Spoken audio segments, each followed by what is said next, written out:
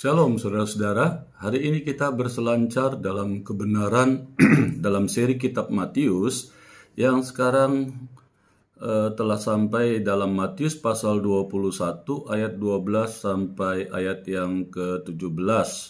Judulnya The Cleansing of the Temple, ya, Tuhan Yesus membersihkan bait Allah atau Tuhan Yesus menyucikan bait Allah. Saya bacakan firman Tuhannya.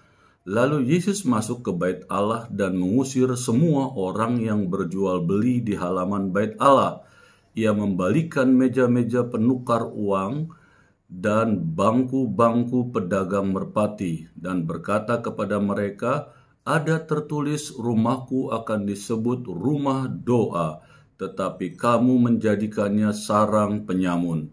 Maka datanglah orang-orang buta dan orang-orang timpang kepadanya dalam bait Allah itu dan mereka disembuhkannya. Tetapi ketika imam-imam kepala dan ahli-ahli Taurat melihat mujizat-mujizat yang dibuatnya itu dan anak-anak yang berseru dalam bait Allah, "Hosana bagi anak Daud," hati mereka sangat jengkel. Lalu mereka berkata kepadanya, "Engkau dengar apa yang dikatakan anak-anak ini?" Kata Yesus kepada mereka, "Aku dengar. Belum pernahkah kamu baca, dari mulut bayi-bayi dan anak-anak yang menyusu, engkau telah menyediakan puji-pujian." Lalu ia meninggalkan mereka dan pergi keluar kota ke Betania dan bermalam di situ. Saudara-saudara, kalau kita membaca ayat-ayat paralelnya, itu mirip-mirip saudara ya, itu di dalam Markus pasal 11 ayat 15 sampai 19 dan Lukas 19 ayat 45 sampai 48. Tetapi untuk Yohanes tidak sama saudara ya, yaitu Yohanes 2 ayat 13 sampai 20. Kenapa demikian? Dasarnya Yohanes 2 ayat 13 sampai 20 terjadi pada awal pelayanan Yesus. Sedangkan Matius 21 ayat 12 sampai dengan 17 ini yang sedang saya bicarakan kepada saudara terjadi pada akhir pelayanan Yesus, di mana Yesus sudah mendekati ke arah dia ditangkap, dihukum, disalib, dikuburkan, dan mati saudara. Itu yang terjadi. Seterusnya dalam cerita versi Yohanes ada hal-hal yang tidak ada dalam Markus, dalam Matius maupun dalam kitab Lukas, ya, seperti penggunaan cambuk Yohanes 2 ayat 2 sampai 15a, dan juga hal-hal yang diceritakan dalam Yohanes 2 ayat 17 sampai 20 itu ya saudara. Banyak perbedaan dari Matius pasal 21 ayat 12 sampai 17 ini. Nah, saudara-saudara, Matius pasal 21 ayat 14 sampai 16 ini tidak paralel dengan Lukas 19 ayat 37 sampai ayat yang ke-40. Walaupun ceritanya sama, tetapi prinsipnya tidak paralel ya saudara-saudara. Ini yang harus juga saudara mengerti saudara. Dasarnya Matius pasal 21 ayat 14 sampai 16 terjadi dalam bait Allah, ya, 14 sampai 15 itu dijelaskan. Sedangkan Lukas 19 ayat 37 sampai 40 terjadi pada waktu Yesus mendekati Yerusalem. Jadi Yesus baru mau masuk ke Yerusalem. Di dalam Matius pasal 21 ayat 14 sampai 16 yang memuji Yesus adalah anak-anak.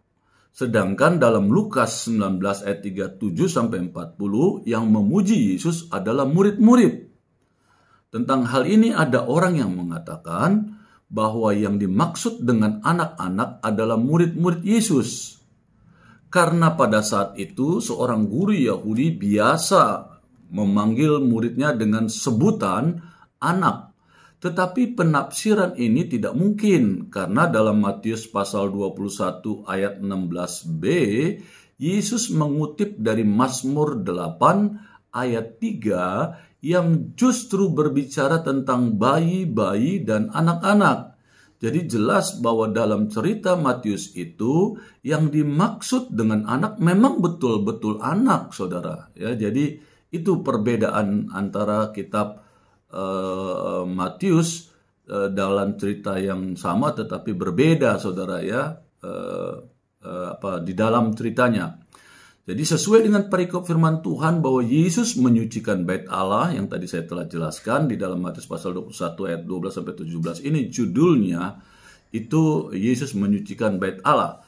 Kenapa sampai Yesus mengusir semua orang yang berjual beli di bait Allah? Di dalam ayat 12 dan Lukas 19 ayat 45, Yesus masuk ke bait Allah dan langsung mengusir. Tetapi perhatikan Markus 11 ayat 11, ayat 12, ayat 15, ya saudara, yang menunjukkan bahwa Yesus mengunjungi bait Allah 2 kali. Dan baru pada kunjungan yang kedua lah Yesus mengusir orang-orang yang berjualan itu. Kesalahan apa yang dilakukan oleh orang-orang itu sehingga membuat Yesus menjadi marah?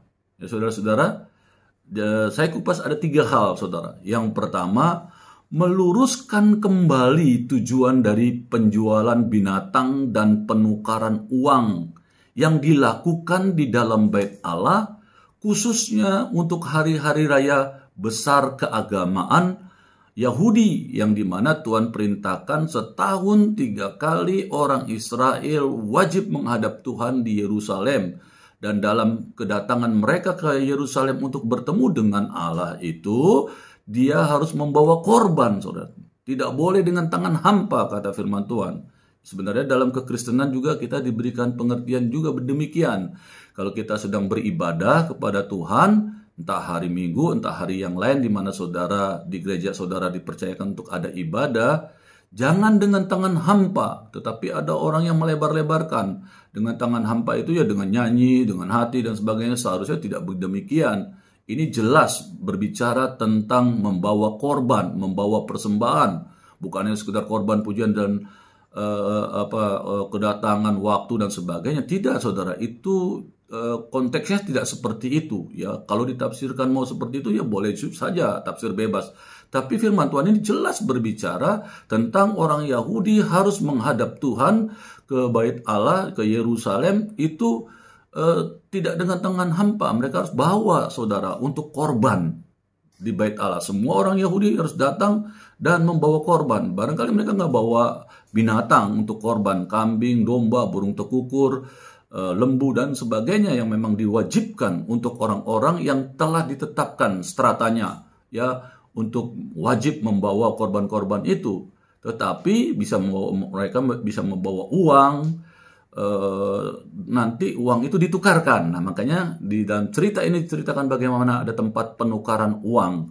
Sepertinya kayak money changer gitu ya. Saudara datang ke Indonesia, saudara orang Indonesia tinggal dari Kanada, Amerika, Eropa, Afrika, Asia dan yang lain-lainnya. Saudara datang ke Indonesia membawa uang negara di mana saudara tinggal itu, saudara harus tukar dulu di Indonesia karena segala transaksi yang ada di Indonesia dengan rupiah.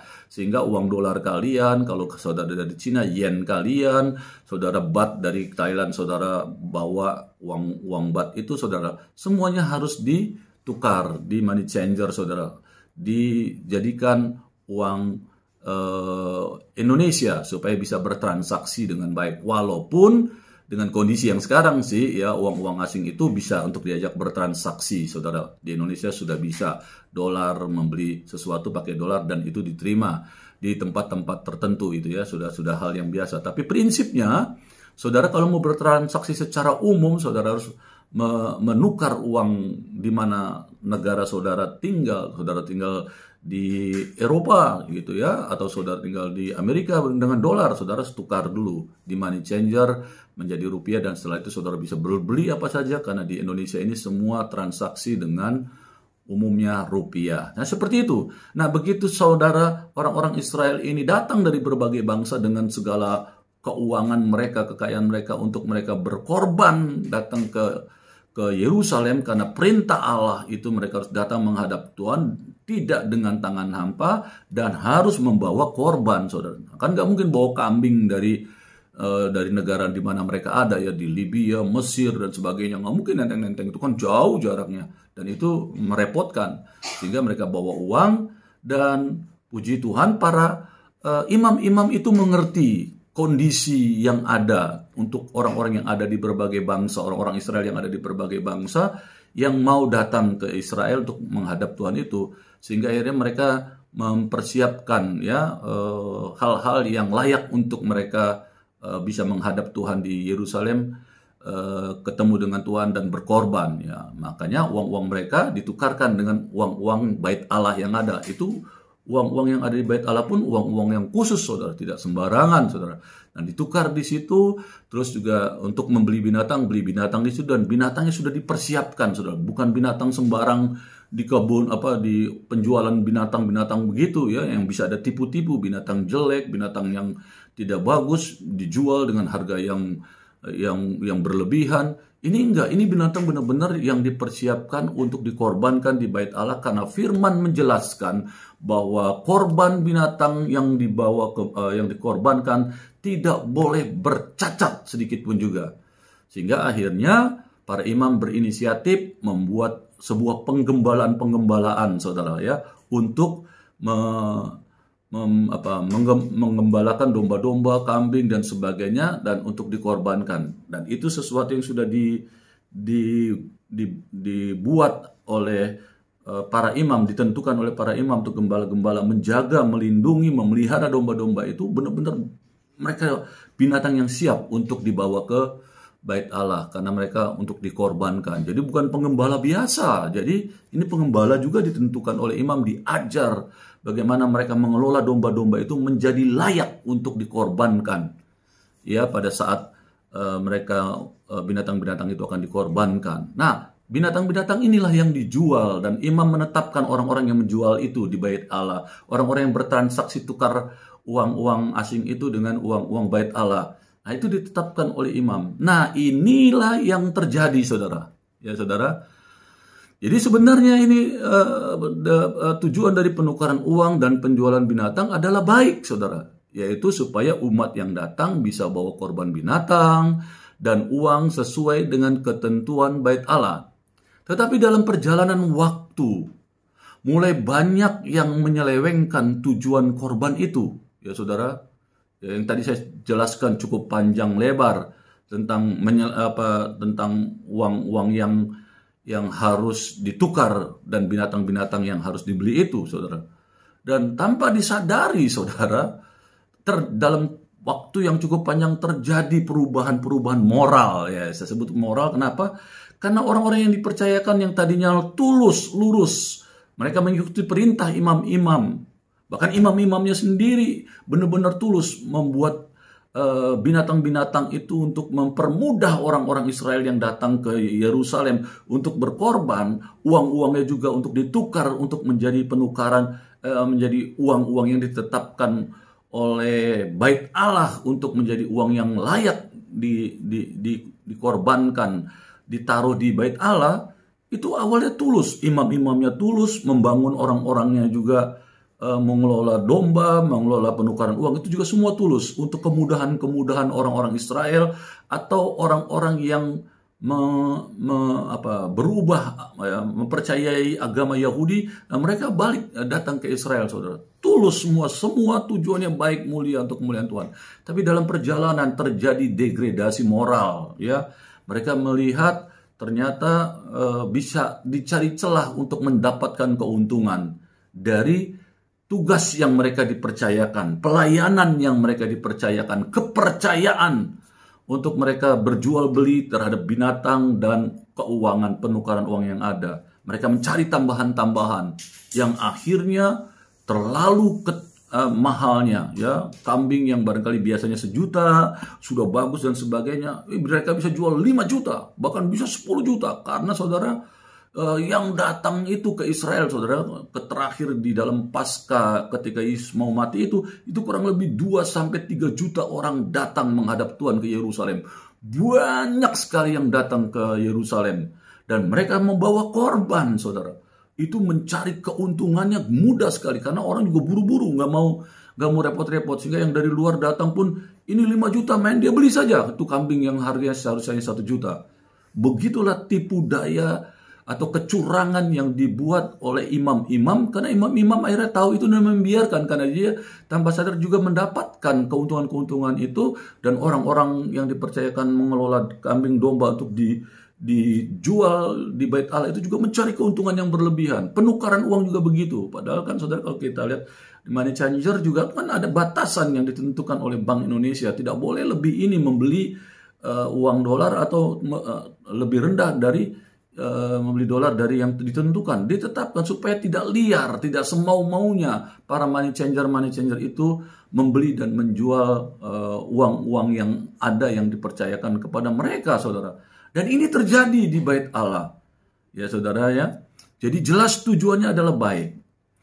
Nah saudara-saudara, sesuai peraturan Bait Allah pada saat itu, saudara, Bait Allah itu terbagi dua dalam istilah Yunani pada zaman itu, yaitu Bait Allah disebut Naos dan Bait Allah itu disebut Heron. Ya, Naos sendiri adalah ruang kudus dan ruang maha kudus. Jadi ada ruang kudus, Bait Allah, tempat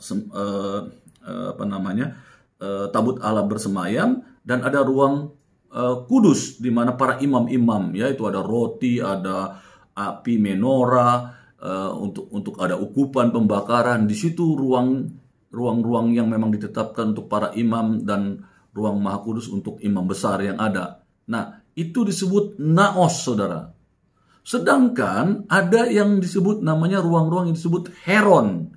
Nah, ruang-ruang ini, saudara, terdiri dari ruang-ruang orang non-Yahudi di pelataran, saudara, ya. Di pelataran pun, saudara, hanya orang Yahudi yang mau berkorban yang boleh bawa. Karena di pelataran itu kan ada tempat penyucian dan tempat korban bakaran, saudara. Di situ yang boleh hadir pun hanya para imam dan orang-orang Yahudi yang mau mengorbankan binatang. Nah, setelah itu ada pelataran, saudara. Nah, disitulah orang bangsa-bangsa lain yang non-Yahudi diperbolehkan. Tidak boleh lebih dari itu, saudara. Ya, terus ada juga ruang-ruang perempuan, kaum perempuan. Karena di Yahudi dibedakan, perempuan dan pria tidak boleh sama, saudara. Kalau saudara ke Yerusalem hari-hari ini, saudara, di situ juga ada namanya tembok ratapan. Itu dibagi dua, saudara. Tempat perempuan-perempuan dan tempat pria-pria, saudara, ya. Nah, di situ ditetapkan mau masuk aja untuk kita mendekati tembok ratapan, ada hal-hal yang harus kita lakukan, harus pakai kippah, harus pakai topi gitu ya. Kippah itu adalah topi yang ditetapkan oleh Israel. Itu mau masuk, padahal begitu terbukanya, saudara, ya. Nah, itulah yang ditetapkan. Terus juga ada ruang orang Israel. Jadi ini khusus orang-orang Israel saja. Jadi orang-orang non-Yahudi ada. Nah, itu dibuat sedemikian rupa di Bait Allah Salomo yang ada itu untuk mereka bisa hadir dalam ibadah-ibadah yang ditetapkan oleh para imam yang ada. Dan juga ada ruang para imam. Jadi ada 4 ruangan yang disediakan untuk menerima orang-orang ini, saudara. Sedangkan tempat jual beli barang dan pertukaran uang ada di ruang orang non-Yahudi, ya saudara, ya di pelataran luar, saudara, ya. Itu disitulah tempat transaksi binatang dan pertukaran uang, saudara. Di tempat inilah Yesus mencungkir balikan dagangan para pedagang dan para penukar uang, saudara. Di tempat yang seperti ini. Tetapi saudara, juga harus kita sadari bahwa halaman dan pelataran Bait Allah tidak bisa disamakan seperti halaman gereja, ya, zaman sekarang ini, ya saudara.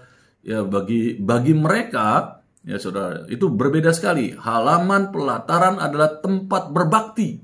Jadi halaman itu, saudara, kayak tempat, kalau kayak kita kayak tempat parkir begitu, itu tempat berbakti malah, saudara, untuk orang Yahudi gitu ya.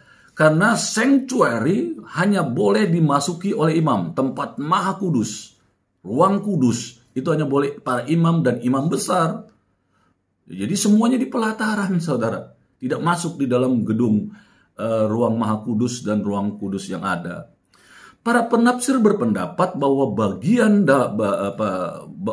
bagian pelataran yang dipakai berjualan adalah bagian untuk orang-orang non-Yahudi yang sudah memeluk agama Yahudi. Ya, jadi ini menurut penafsir-penafsir dalam beribadah. ya, the court of the Gentiles, gitu ya. Karena itu jelaslah bahwa tindakan mereka ini betul-betul keterlaluan. Karena mereka menggunakan tempat ibadah untuk berjualan binatang. Jadi court itu of the Gentile itu tempat ibadah, saudara. Walaupun mereka itu pelataran, itu malah tempat ibadah di situ. Ruang Maha Kudus dan Ruang Kudus itu bukan tempat ibadah, itu tempat Allah bersemayam, tabut Allah, hadirat Allah, dan para imam-imam yang ditetapkan oleh Tuhan melalui peraturan-peraturan yang ditetapkan itu, saudara. Mereka berjualan binatang-binatang yang dipakai sebagai korban bagi Tuhan. Jadi ini bukan pasar biasa yang berjualan segala binatang atau daging-daging yang ada yang tadi saya telah jelaskan itu, saudara. Memang setiap orang boleh membawa sendiri binatang yang akan mereka persembahkan kepada Tuhan. Itu biasanya orang Yahudi yang ada di sekitar Bait Allah, ya. Mereka punya menggembalakan sendiri, dan mereka sudah diajar bagaimana mengembalakan domba, kambing, lembu, sebagainya, yang dimana kalau mereka mampu, nah itu bagaimana supaya layak, ya. Mereka yang mengembalakan, mereka atur, mereka jaga domba mereka sebaik-baiknya supaya saat dikorbankan nanti diperiksa oleh para imam apakah binatang ini cacat atau tidak, baru boleh mereka benar-benar mempersiapkan. Itu umumnya orang-orang yang terdekat, nggak mungkin orang-orang yang dari jauh, ya. Jadi itu boleh, ya, membawa sendiri juga boleh, tapi umumnya yang membawa orang-orang yang sekitar tinggalnya di dekat Yerusalem itu. Hal itu tentu merepotkan, apalagi kalau yang dari luar kota atau tempat-tempat yang jauh. Binatang yang dikorbankan untuk Tuhan haruslah memenuhi syarat-syarat tertentu seperti tidak bercacat dan sebagainya. Sedangkan para imam, saudara, ya, mereka memiliki tugas atau kewajiban untuk memeriksa binatang-binatang tersebut. Jadi begitu datang, diperiksa binatangnya, saudara. Ada korengan atau tidak, atau ada patah kakinya, atau cacat, atau matanya picak dan sebagainya, bulunya tidak rapi dan sebagainya. Wah, itu diperhatikan sekali. Jadi yang mau dikorbankan Tuhan harus sempurna. Bagi gereja Tuhan hari-hari ini, kiranya apa yang saya jelaskan ini, saudara, apa korbanmu untuk Tuhan? Duitmu, tenagamu, waktumu, waktu engkau datang beribadah, apakah yang terbaik? Saudara yang tahu. Tapi setidak-tidaknya ada standar yang saudara mengerti bagaimana datang beribadah kepada Tuhan. Do the best for God. Ini yang harus dimengerti, saudara.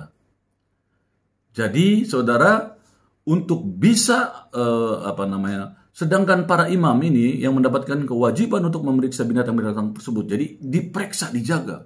Saudara datang ke gereja hari-hari ini, saudara dari rumah saudara sudah mempersiapkan diri sebaik-baiknya, mandi dengan baik, berbaju dengan baik, bersikap dengan baik, karena saudara mau menghadap Tuhan di rumah Tuhan, beribadah hari Minggu kah atau hari-hari yang ditentukan oleh gerejamu untuk beribadah.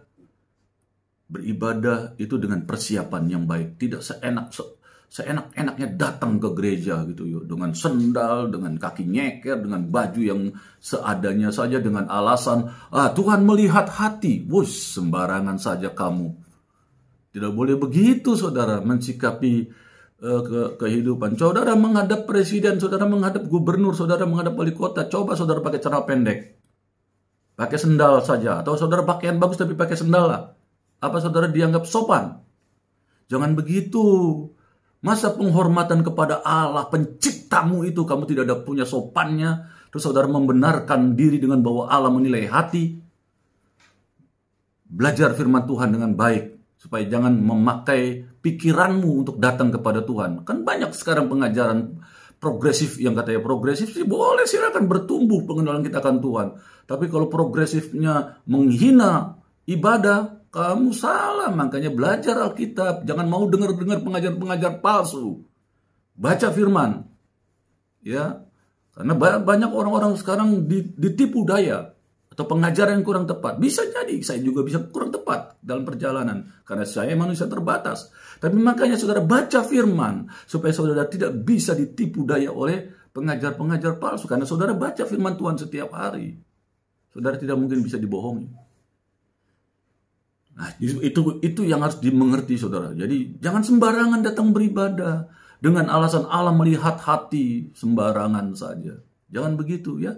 Datang menghadap Tuhan, beribadah, persiapkan dirimu dengan sebaik-baiknya. Pakai pakaian yang terbaik, pakai aksesoris yang terbaik, yang kamu datang menghadap Raja yang mulia itu. Ya, kalau ada pengajar-pengajar yang menyatakan, oh pakai sendal aja nggak apa-apa. Kalau memang kamu hanya bisa punya itu, ya silakan. Itu lain, saudara. Lain. Kalau memang orang itu miskin dan tidak punya apa-apa, dia harus datang ke gereja. Kita tahu dia memang orang miskin. Tapi kalau saudara sebenarnya bisa berpakaian yang baik, bersikap yang baik datang ke gereja, tapi saudara memiskinkan diri menjadi orang yang tidak layak datang ke gereja, kamu kurang ajar namanya. Mengerti itu, saudara? Jangan kurang ajar sama Tuhan. Meremehkan kemuliaan Tuhan. Ya, Tuhan tahu hati, saudara.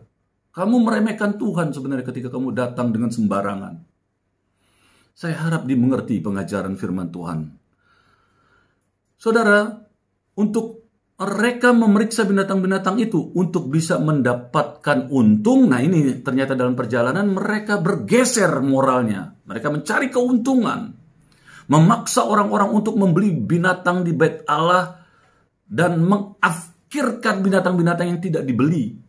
Mengkafirkan binatang-binatang yang tidak dibeli di bait Allah. Jadi harus beli di bait Allah. Kalau enggak, salah. Padahal ada jelas boleh bawa binatang-binatang asal yang sesuai dengan ketentuan yang imam tetapkan. Boleh kok. Tetapi ini ditakut-takutkan akhirnya semua yang hanya binatang yang layak yang ada di bait Allah. Jadi semua nggak boleh bawa binatang dari luar, bawanya di bait Allah. Karena nanti beli binatang-binatang ditentukan harganya. Cari keuntungan yang berlebihan. Gereja jadi tempat bisnis. Banyak, saudara.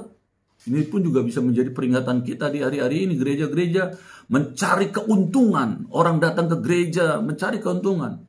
Ya, saudara. Orang berbuat baik saja mencari keuntungan, saudara.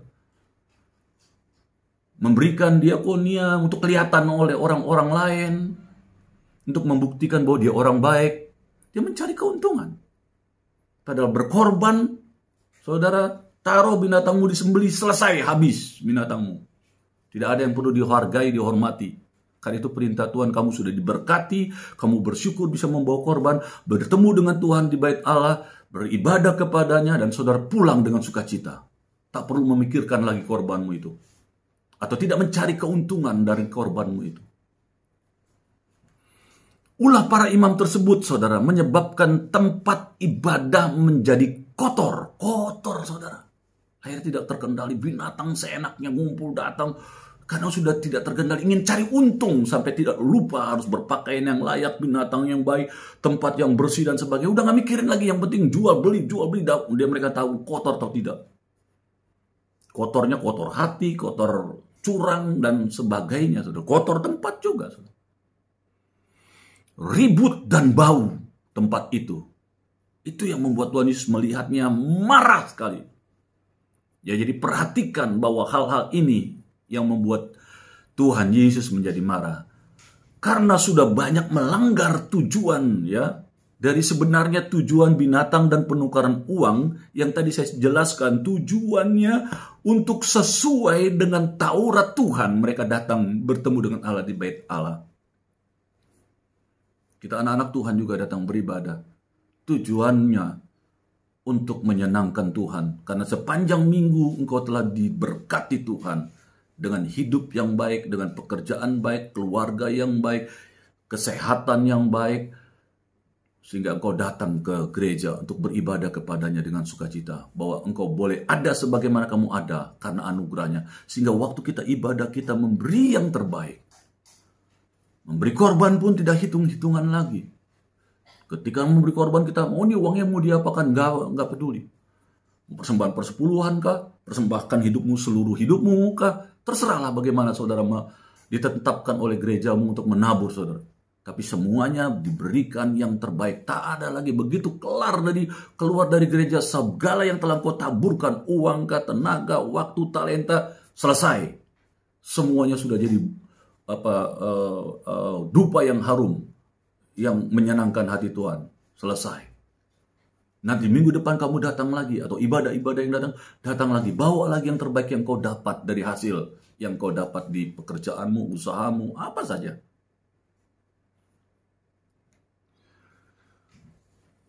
Keuntungan yang diambil dari penjualan binatang-binatang itu tidak tanggung-tanggung, saudara. Mereka menjual binatang-binatang itu dengan harga yang betul-betul mencekik leher.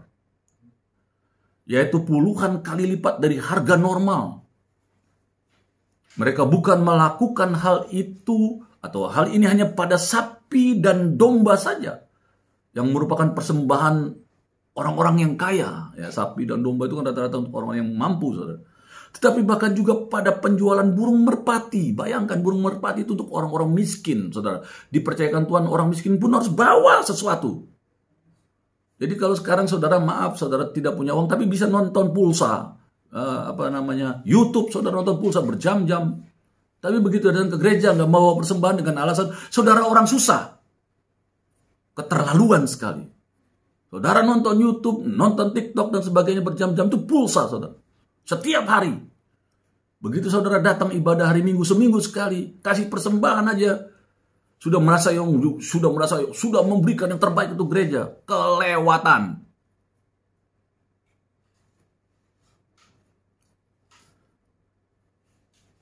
Saudara, ternyata para imam itu, saudara, memberikan harga-harga terhadap binatang itu mencekik leher. Puluhan kali lipat dari harga normal.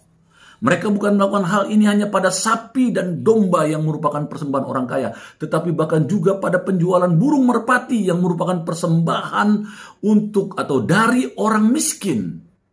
Orang miskin saja mereka embat, saudara. Paksa untuk membeli burung merpati dan harganya tinggi. Kasihan kan? Bukan kasihan sebenarnya, memang Tuhan tidak tetapkan untuk itu. Itu pun orang miskin pun dikasih strata juga. Kalau yang masih mampu beli burung merpati. Kalau tidak juga, kata Tuhan, secupak gandum bawa. Mereka juga menyediakan tempat penukaran uang. Karena dalam bait Allah tersebut, uang asing dinyatakan tidak berlaku. Sehingga harus ditukarkan dulu sebelum bisa dipakai sebagai alat pembayaran. Dari penukaran uang ini, tentu saja mereka mengambil untung lagi. $1 contoh, ya sekarang 16.000. Nah, ini sama mereka dibikin bisa 20.000, bisa 30.000. Cari untungnya kelewatan. Padahal ada batasan penjualan uang-uang asing juga kan oleh bangsa ini. Nah, Tuhan tidak mencari keuntungan. Bahkan Tuhan, ya kalau sana 10.000 ya 10.000 saja. Tuhan terlalu baik, tidak pernah mau berlebihan. Karena Tuhan sudah memberkati engkau, Tuhan bilang kembalikan saja yang memang seharusnya aku tetapkan. Kamu kembalikan. 1/10, kembalikan. Dengan lembu, kasih seharga lembu yang memang harga lembu. Tidak boleh cari keuntungan. Itu sebenarnya begitu, saudara. Tapi prakteknya, sekalipun imam, pelayan-pelayan Tuhan, kalau yang namanya mamon uang, bisa berubah, saudara. Hati-hati kita, hamba-hamba Tuhan. Ya, baik yang di gereja maupun pelayan-pelayan Tuhan, hati-hati. Mamon bisa mengalahkan iman orang-orang yang hidupnya tidak sungguh-sungguh dibuat untuk mempermuliakan nama Tuhan. Inilah yang membuat Yesus marah dan akhirnya menjungkir balikan semua barang dagangan yang ada di situ. Tempat penukaran uang semua dijungkir balikan. Tujuannya apa? Supaya mereka sadar bahwa tujuan yang baik itu telah diselewengkan menjadi tujuan yang mencari untung. Di gereja tidak boleh mencari untung. Yang tadi saya sudah jelaskan. Waktu saudara datang beribadah, saudara memuji, menyembah Tuhan, memberikan persembahan, persepuluhan, persembahan kasih, persembahan sulung, persembahan diakonia, apa saja yang saudara ditaruhkan Tuhan untuk menabur di gerejamu. Setelah saudara pulang, saudara nggak perlu pikir-pikir lagi uang itu mau diapakan oleh gereja. Karena saudara memang tidak mencari untung. Oh kan saya hanya pengen tahu saja. Tetap itu ada motivasi di dalamnya. Kamu gak perlu tahu. Percaya firman mengajarkan demikian. Selebihnya itu urusan Tuhan dengan orang-orang yang dipercayakan mengelola keuangan yang ada. Oh tapi kok gak benar dan sebagainya. Karena ada aturan-aturan di gereja masing-masing. Ada manajemen juga masing-masing yang mengatur keuangan yang ada. Tinggal tanyakan saja dengan orang-orang yang mengelola itu dengan baik. Selesai. Seringkali kita ya yang sudah diselamatkan dan dipercayakan untuk melayani di gereja, tanpa disadari bahwa pelayanan kita sudah jauh melenceng. Tadinya untuk memberi teladan kepada umat akan kebaikan Tuhan. Dengan kita menjadi pelayan Tuhan, ternyata dalam perjalanan banyak yang telah menyelewengkan pelayanan untuk motivasi yang tidak benar. Penerapan dalam menghormati gereja penting, saudara, penting. Contoh, saudara mungkin tidak pernah membawa binatang ke gereja, tetapi seringkali saudara mengobrol di gereja atau mengotori gereja dengan membuang sampah, pembungkus permen, makanan. Gereja jadi tempat sampah. Jadi saudara kalau datang beribadah, perhatikan. Kalau saudara bawa permen, makan, tolong ditaruh lagi di dalam tas kamu atau di dalam kantongmu. Jangan kotori gereja. Ini tanpa sadar saudara, hal-hal yang sederhana ini saudara tidak hormat sama tempat ibadah. Atau saudara, apakah saudara menjaga kebersihan kalau saudara menggunakan kamar kecil di gereja? Begitu saudara sudah buang air kecil atau buang air besar, bersih, siram, karena memang ada air yang ada. Kecuali tidak ada air, tegur pelayan Tuhan yang ada. Ini ruangan toiletnya kotor sekali atau tidak ada airnya, supaya bersih. Sehingga saudara datang ke gereja benar-benar dengan hati dan hidup yang bersih. Ya, setelah buang air, bersihkan tempat saudara membuang kotoran itu. Sehingga toilet itu menjadi bersih, orang yang datang kembali buang kotoran atau membuang hajat, saudara, mereka juga nyaman dan akhirnya membersihkan kembali. Ayo belajar hidup bersih. Seringkali saudara ribut dalam gereja. Khususnya ya saudara pada waktu firman Tuhan diberitakan. Saudara sering ngobrol ke teman tetangga. Saudara baca HP, nonton Facebook, nonton dan sebagainya. Tidak ada sopannya sama ibadah. Atau saudara seringkali membiarkan anak saudara ribut dalam gereja. Anak-anak berlari ke sana, berjalan kemari. Gak boleh, saudara. Bukan berarti gereja anak-anak tidak boleh menerima anak-anak. Boleh, tapi saudara tahu ini tempat ibadah. Ingatkan kepada anak Anda diajarkan untuk duduk dengan tenang. Kalau tidak ya saudara minta untuk mundur dulu sementara supaya tidak mengganggu yang lain. Kan itu bagian dari penghormatan terhadap hadirat Tuhan. Jangan orang lain yang disuruh mengerti saudara. Anak saudara lari-lari teriak-teriak sana kemari, saudara biarin. Mengganggu jalannya ibadah. Terus kita semua disuruh mengerti. Wah, nggak bisa begitu saudara. Ya, kita juga harus menghormati ibadah hadirat Tuhan. Ketika anak kita mengganggu, kita bawa keluar. Kalau tidak bisa diatur anak kita untuk duduk dengan tenang, bawa aja keluar sudah. Supaya tidak mengganggu yang ada. Bukan berarti gereja tidak bisa menerima anak-anak. Jangan salah saudara.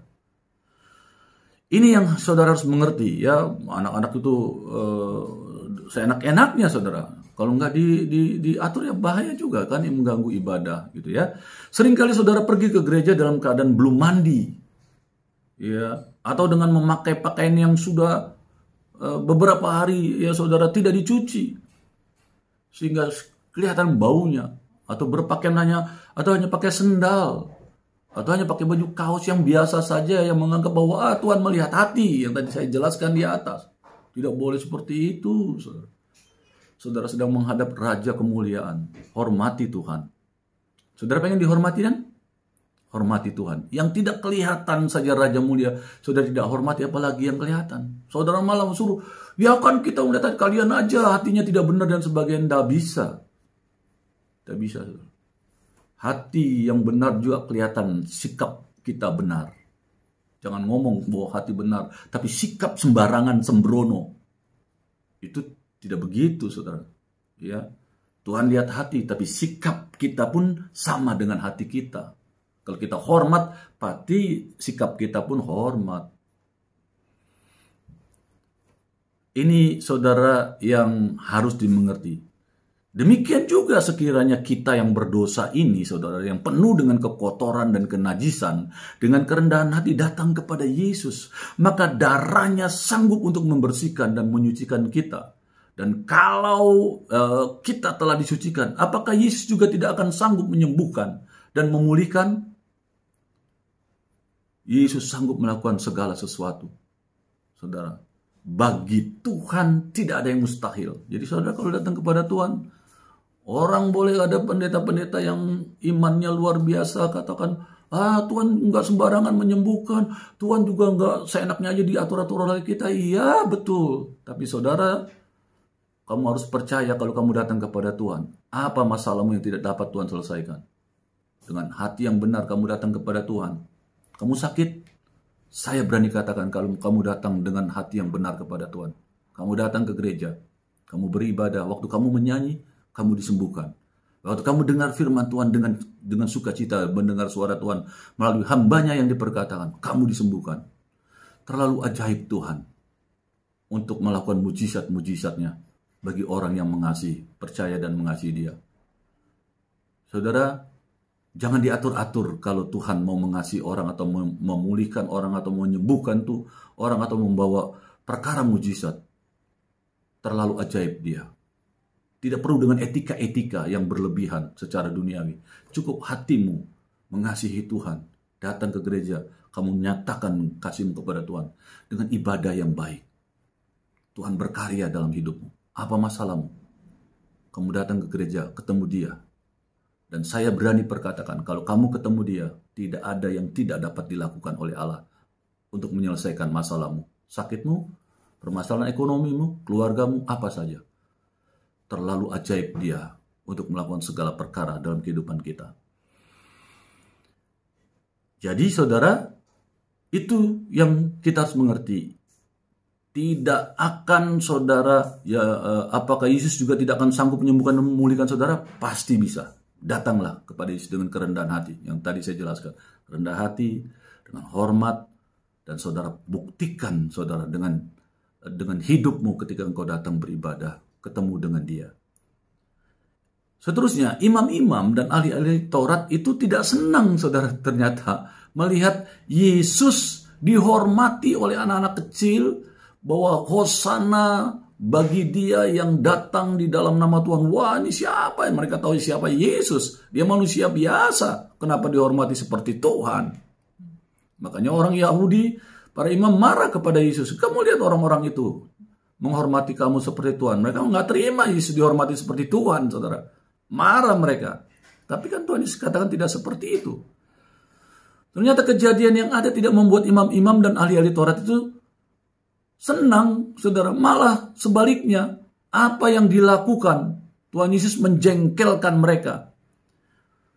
Matius tidak menuliskan reaksi mereka terhadap apa yang Yesus lakukan. Tetapi kitab Markus menuliskannya. Di dalam Markus pasal 11 ayat 8 dan Lukas 19 ayat 4 sampai 47 sampai 49 mengatakan bahwa mereka mau membunuh Yesus. Mereka melihat mujizat, orang yang sakit dan lumpuh disembuhkan, anak-anak yang berseru kepada Yesus, Hosana bagi anak Daud. Bagi mereka itu satu penghinaan kepada Tuhan. Dan kenapa? Jadi mereka membela Tuhan karena mereka merasa Tuhan dihina. Haleluya. Kalau Tuhan perlu dibela, Dia nggak usah jadi Tuhan. Tuhan kok dibela. Sering ketika kita sudah lama menjadi anak Tuhan dan menjadi pelayan Tuhan, tanpa kita sadari kita sombong. Kita tidak mau ada orang yang lebih hebat daripada kita. Kita tidak senang, bahkan akhirnya membenci orang-orang yang kita anggap lebih baik daripada kita. Dia ternyata lebih baik, lebih berkembang, lebih bagus. Camkan baik-baik. Dan perhatikan, hidup kita apakah demikian? Dan kembalilah kepada kasih-Mu yang semula. Sebab kalau tidak, Tuhan akan menjauhkan diri dari engkau. Demikianlah berselancar dalam kebenaran. Amin.